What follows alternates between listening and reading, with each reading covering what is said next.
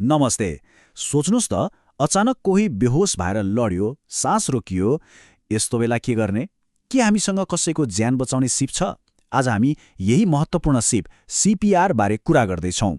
सुन्न जति गाह्रो लाग्ला, यो सिक्न एकदमै सजिलो छ, तर यसको असर त्यो त साँच्चै शक्तिशाली हुन्छ।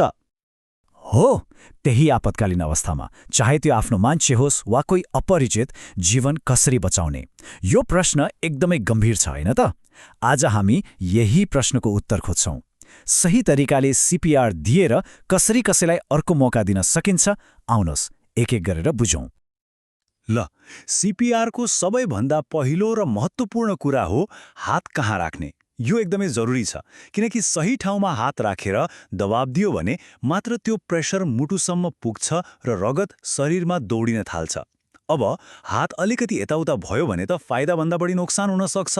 त्यसैले यो पहिलो स्टेपलाई एकदम ध्यान दिएर हेरौँ है। ल, अब स्टेप बाई स्टेप हेरौँ।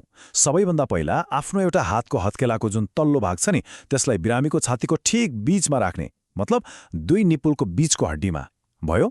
अब दोस्रो हातलाई पहिलो हातको माथि राखेर औँलाहरूलाई यसरी लक गर्नुहोस्। र एउटा एकदमै महत्त्वपूर्ण कुरा, कुइनो चाहिँ पटक्कै खुम्च्याउनु हुँदैन, एकदम सिधा। अनि आफ्नो कानलाई हातको ठिक माथि ल्याउनुपर्छ। यसो गर्दा के हुन्छ भने हातको बलले होइन, आफ्नो शरीरको पुरा तौलले थिच्न पाइन्छ, अनि मात्र प्रेसर गहिरो र असरदार हुन्छ। ओके, हातको पोजिसन त मिल्यो। अब पालो आयो सबैभन्दा मुख्य कामको, छाती थिच्ने। यसलाई कम्प्रेसन भनिन्छ र साँच्चै भन्नुपर्दा यो सीपीआरको मुटु नै हो। यहाँ दुईटा कुरामा एकदमै ध्यान दिनुपर्छ, कति छिटो थिच्ने र कति गहिरो थिच्ने, किनभने सही स्पिडले नै रगतलाई शरीरभरि दौडाउन मद्दत गर्छ। हो, यही हो त्यो जादुई नम्बर 100 देखि 120। यसको मतलब 1 मिनेटमा कम्तीमा 100 देखि 120 पटकसम्म छाती थिच्नुपर्छ। हो, सुन्दा अलि छिटो लाग्न सक्छ, तर कसैको ज्यान बचाउनको लागि यो स्पिड एकदमै जरुरी छ। अब प्रश्न आउँछ, यति छिटो गति कसरी नाप्ने, होइन? यसको लागि एउटा गजबको ट्रिक छ। बिगिजको त्यो पुरानो तर एकदमै चलेको गीत छ नि, स्टेइङ अलाइभ। हो, त्यही गीतको ताल सम्झनुस्। त्यो गीतको बीट्स प्रति मिनेट लगभग 103 को हुन्छ, जुन सीपीआरको लागि त पर्फेक्ट हो। त्यसैले मनमा नै त्यो गीतको धुन बजाउँदै थिच्नुभयो भने स्पिड आफै मिल्छ। कस्तो आइडिया! अनि कम्प्रेसन दिँदा दुईटा कुरा चाहिँ कहिल्यै नबिर्सनुहोस्। पहिलो, बल लगाएर र छिटो थिच्ने, र दोस्रो, हरेक पटक थिचिसकेपछि छातीलाई पुरा माथि उठ्न दिने। यो किन जरुरी छ भने सोच्नुहोस् त, एउटा स्पन्जलाई निचोडेर मात्र भयो त? त्यसलाई फेरि फुल्न दियो भने मात्र त्यसले पानी सोस्छ, होइन र? मुटुको काम पनि ठ्याक्कै त्यस्तै हो। जब छातीलाई पुरा उठ्न दिन्छ, तब मात्र मुटुमा फेरि रगत भरिन पाउँछ। त्यसैले जति जोडले थिच्नुहुन्छ, त्यति नै राम्ररी छातीलाई उठ्न पनि दिनुपर्छ। ल, छाती थिच्ने कुरा त भयो। अब कुरा गरौँ सास दिने, जसलाई रेस्क्यु ब्रेथ पनि भनिन्छ। खासमा तालिम लिएका मान्छेहरूले कम्प्रेसनसँगै सास पनि दिनुपर्छ। यो दुईटैको चक्रले के गर्छ भने शरीरमा जुन रगत घुमिरहेको छ, त्यसमा अक्सिजन पनि पुर्याउँछ।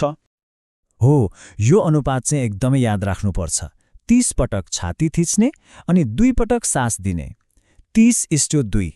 यही चक्रलाई लगातार नरोकिकन दोहोऱ्याइरहनुपर्छ, जबसम्म त्यो व्यक्तिले आफै सास फेर्न थाल्दैन वा एम्बुलेन्स आइपुग्दैन। ल, अब सास दिने तरिका पनि हेरौँ।